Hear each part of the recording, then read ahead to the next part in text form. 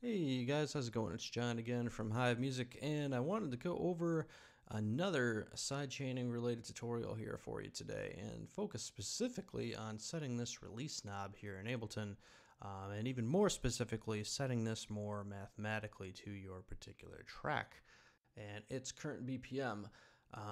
As you can see in Ableton, there's no way to set this knob to a sync related value. It's always time based. So it starts off at milliseconds and goes all the way up to 3 seconds. So there's no way to toggle this to, say, automatically clamp down to an eighth note or a 16th note or a 30-second note worth of time in relation to your current BPM in Ableton.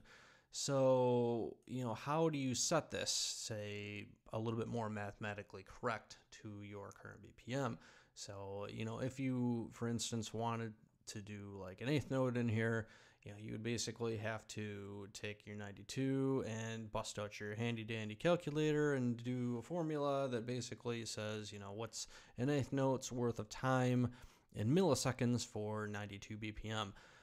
Well, unfortunately for me, I really don't care to do math, so I need an easier way to do that. So if you're like me and you don't particularly like to do that kind of stuff, then lucky for you, Ableton has a built-in feature that kind of shows you the correct value, if you will. So before we go any further, I want to say that I would originally learn this through watching Mr. Bill's tutorials. So all credit goes out to him for kind of showcasing this here. So I'm fortunate enough to have learned it from him so I could pass it on to you.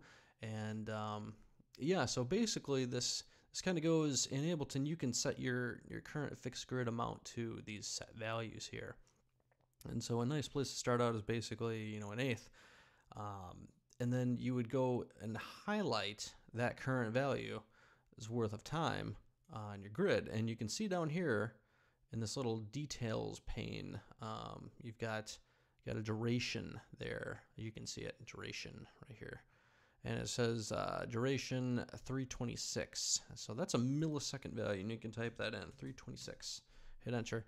And so now, without doing any math, any calculations, we've set our sidechain compressor to essentially an eighth note's worth of time to 92 BPM.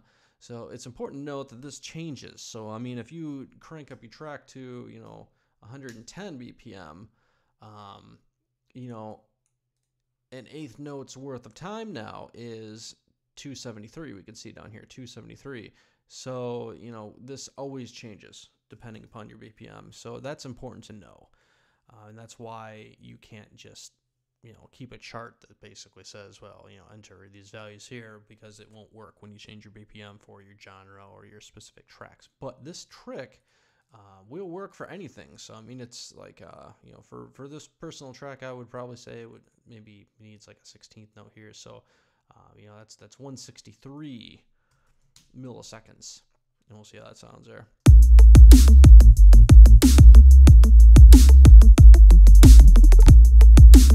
And yeah, I mean, that sounds pretty musical. So, I mean, we can even go back and try an eighth, 326.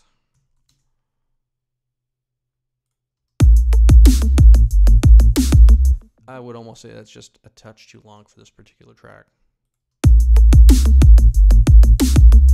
And yeah, that's pretty nice. Super easy, super quick way of doing that in Ableton, and without playing the guessing game of, do I set the super low, do I set the super high, do I just chuck it right in the middle and hope for the best? No more guessing games, no more fooling around with your calculator. Just, hit whatever value you want, check the actual duration of it down here, type it in, and you're done. And that's, about as easy as it gets. And it's going to glue everything together so much more than just randomly chucking this around and hoping for the best. So, a couple notes. I mean, obviously, this isn't going to work 100% of the time for every genre of music. But for certain things, especially like house, where you've got that, syncopated breathing that's going on, that is super important that sidechain be dead on with basically, the rest of your track in order to get that pumping or the breathing that, that style of music is almost known for. And likewise with, super fast D&B or something like that, you know, you've got so much going on and super fast drum beats and intricate drum beats. This may not work, and you may need a super quick release time too. So it's always going to be 100% dependent upon your styling, your track, your feel, and just, whatever you want to do. But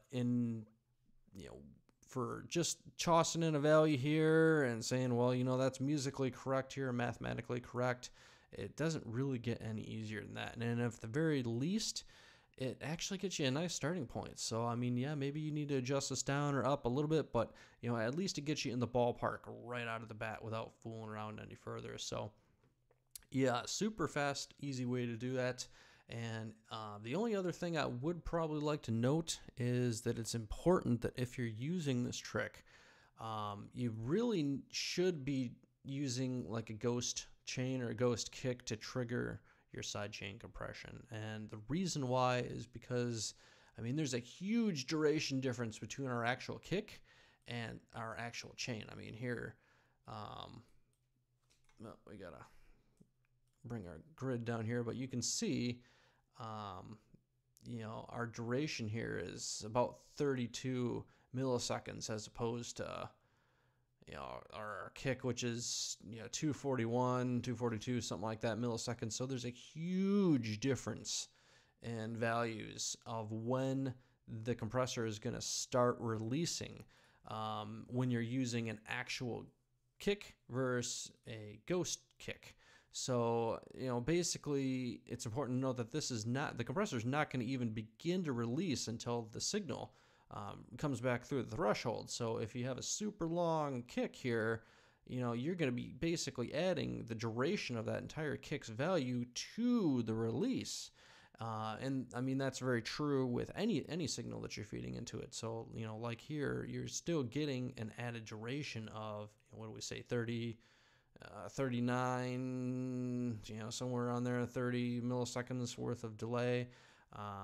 It's not really delay, but it's basically another 30 milliseconds of release. So, basically in reality, what you'd almost want to do is subtract 30 milliseconds from our 163 to truly get a 16th note worth of time to set that in the release there properly when you're using like a ghost kick or a ghost chain or something like that. Something that's not truly a full length kick to trigger your side chain.